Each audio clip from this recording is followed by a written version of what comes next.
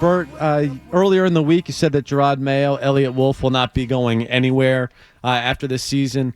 How important are these final few games for the New England Patriots in terms of laying that foundation for next season? I mean, I think it would have to be. I think it would have to be like an abject dumpster fire over the next month for there to be changes. So I'm not saying unequivocally never, but I think it's really unlikely. My understanding, having talked to people there, is that Jerod is still on solid ground, and they have some sympathy for the situation that he inherited. I do think that there will probably be some changes, whether they're cosmetic or otherwise, to the organization. And I do think to some degree they're going to have to build some things out. I think adding some more experience to the defensive staff, if you don't get rid of DeMarcus Covington, I think is a must. I think potentially adding maybe some analytics people to the personnel side. I think that there's stuff. I think that there's stuff, but there's all I'm saying, and maybe not that specifically, but like I think that there's some modernization of the organization that has to take place because they did things in a very insular way over a quarter century, and it worked for them. But in a lot of ways, they don't do things the way the league does, and so I think the opportunity now to add and build some things out. And I think last year was a start when you went to a bigger coaching staff.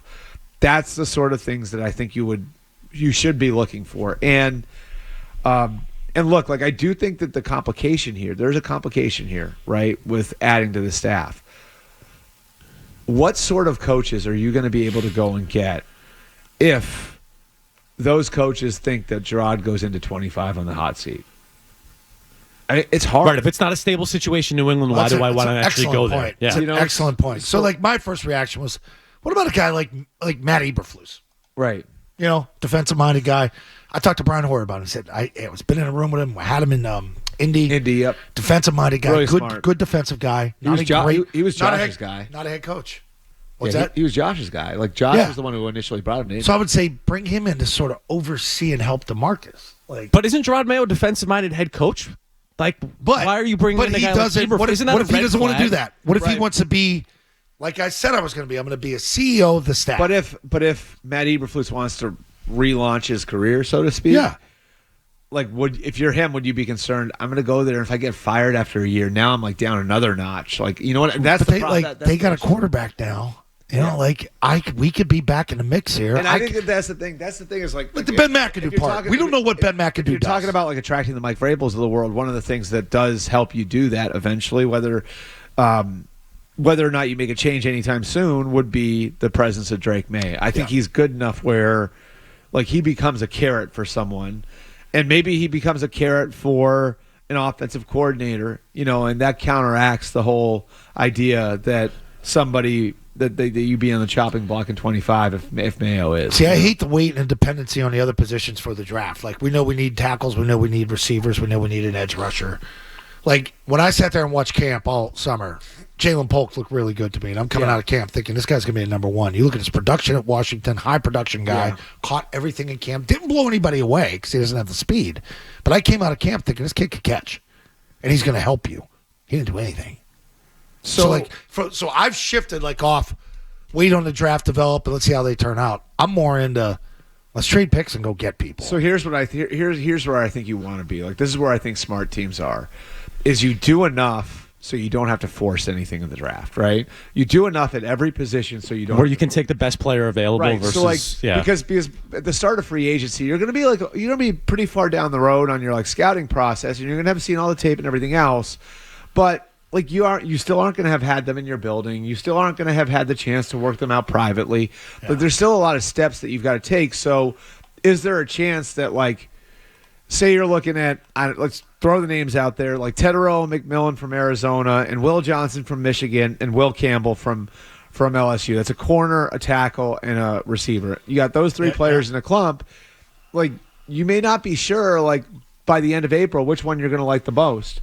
So if you're able to do enough to be competitive at all three positions, then you've got the freedom not to press a need. Just go take the best player. So I think that's where you want to be, is you want to be able to build your roster on the veteran market to a point where it's like, it may be a tiebreaker. The need might be a tiebreaker, but we're not forcing a need and taking an inferior player.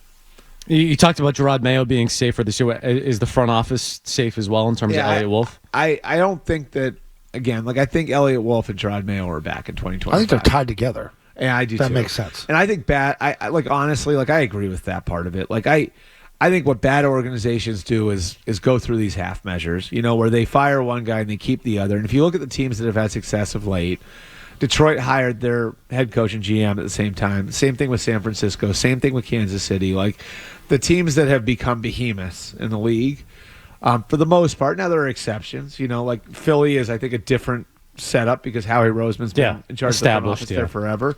But for the most part, like if you see teams that have come up over the last 5 to 10 years, I don't think it's a mistake that so many of them hired their general manager and head coach together and tied those guys together. So those guys' fates are intertwined. Like there's you have less of a chance of it turning into a situation where one guy's throwing the other guy under the bus. 617-779-0985. Ryan's in Malden. Ryan. Hey. Hey, what's going on, guys? Hey guys. So, I want to talk about drones, and I do have a pig impression I can do at the end of the call. I would love to do it. So, have you seen these drones? They're not your average type of drone. No. Have you noticed they're not your average type of drone, and then they're going over like secret top military installations like Mar-a-Lago, Langston, Virginia? Where are these coming from? I believe it's some sort of alien life form or something to get something to get information. You know what I'm trying to say? And by the way, so this is my pig voice. Hold on, let's see, do it. Let's see. Whee! Whee! I hung up on him. Yeah, can't do that. No. Just when doing that takes away all credibility from your alien comment. Why don't he take some of his canisters and some of those big cells and shoot them down? Let out some fireworks. That'll have those drones up. Right.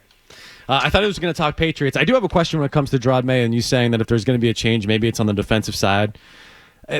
Shouldn't that be sort of a red flag, though, for the head coach that comes from that side of the ball that you're going to have to get reinforcements? Like, to me, that would be like, hey, Sean McVay, we need to get you help on the offensive side of the ball. I think it's a red flag the way that they hired on that side of the ball, because if you were planning on being a walk-around head coach, again, like, why is the D-line coach, a young D-line coach, the one you're put in that position? Promoting? Like, that's generally not the path. Like, I think across the league, if you look at it, like, D-line coaches are a little bit like running backs coaches. They're not really responsible for much beyond their group.